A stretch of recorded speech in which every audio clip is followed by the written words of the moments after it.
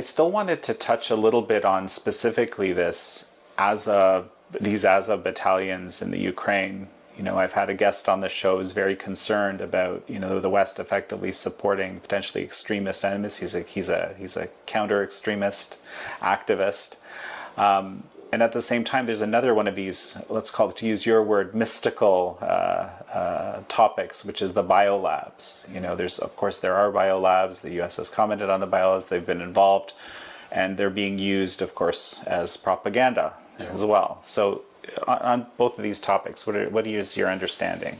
Well, I'm worried about these issues too. I think one way to look at it is when you're actually in war, the spectrum of tolerance widens. So if you're Zelensky and you say we have some ultra-nationalist, right-wing, hyper-patriotic or irredentist Ukrainian, and they don't have a good record in the past or the present or the future probably, but they're willing to fight Russians, we'll let them, in the way that we said, say in World War II, if your Churchill said, I'd go to hell and get the devil to help me if it would stop the Germans, and that's how he explained asking the Soviets. And current research has shown recently that the Soviets were much worse than we thought as far as their double dealing and the manipulation of the fronts and the ingratitude they showed for us. But nevertheless, they killed 2 out of every 3 Wehrmacht soldiers. So I think what to look for is what is the price that Zelensky paid these ultra-right-wing battalions to fight, if any.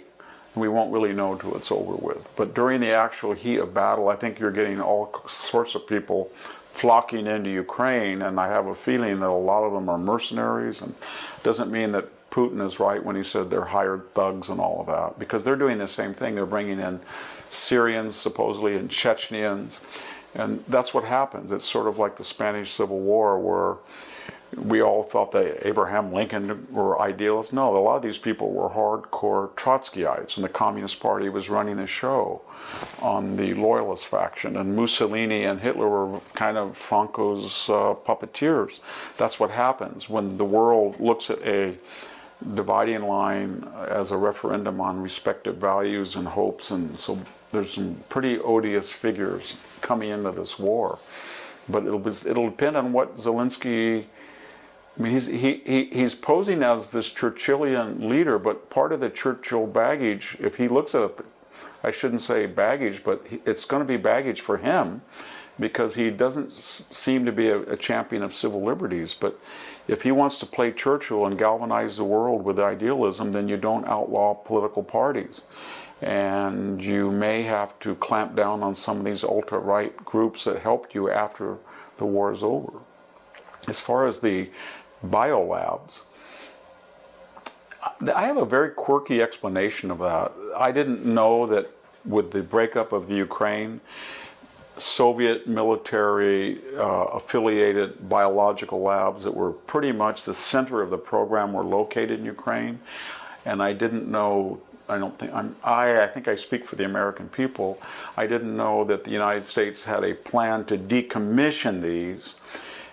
But when it was brought up on news that the decommissioning seems to be taking a long time, I got a little worried. Why didn't you just decommission it in the way that after World War II, when we looked at German rocketry and we looked at German Zygon B and all of this stuff, we just didn't stop it, but we took it over to the United States and incorporated Werner von Braun's team. I mean, this is a guy who had blood on his hands with the V-2 rockets, killing innocent British civilians.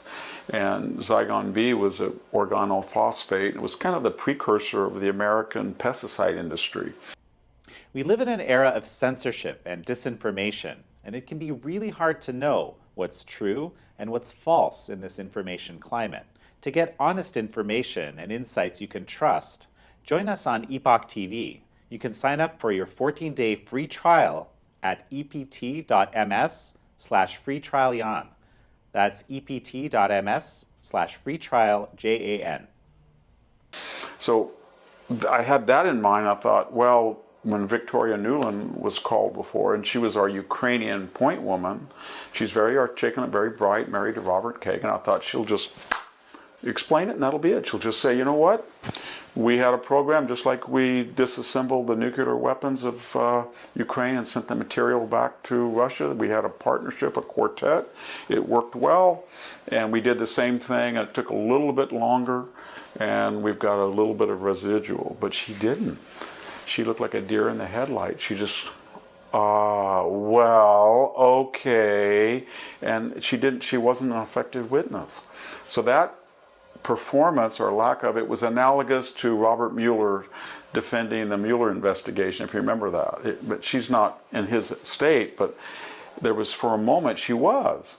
And that created all of this controversy. So I don't know what to make of it other than my only concern, I think most people, is if there are vira there that are being gain of function or enhanced for vaccination purposes or for whatever purpose, are they secure if a Russian missile hits them? And I think that's the real worry, that Putin knows where they are because the Russians built them. And if he takes a missile and tries to hit one of them and blow them up, then all he has to say is, well, why were they active? According to the agreement, they should have finished their work a long time ago. I didn't know it. I just hit something by accident, and then we don't know whether that would release.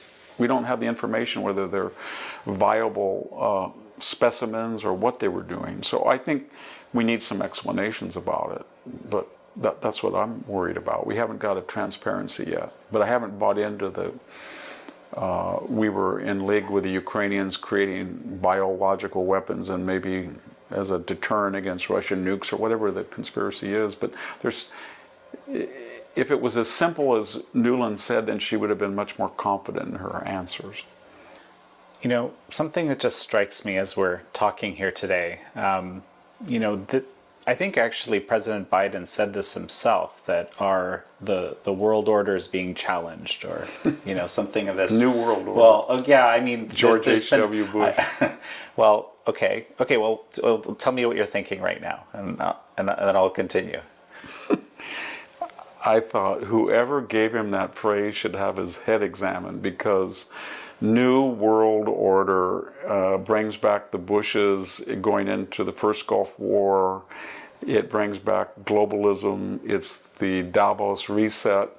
And more specifically, is a very transparent attempt to leverage an existential crisis into a political agenda, just in the way COVID was. And remember that Klaus Schwab at Davos said, this is a chance to have a great reset. He wrote a book called The Great Reset and COVID, meaning we can force corporations worldwide to have a uniform corporate structure. We can make them divest from green energy. We can choose the diverse members of the board on an international scale that supersedes sovereignty.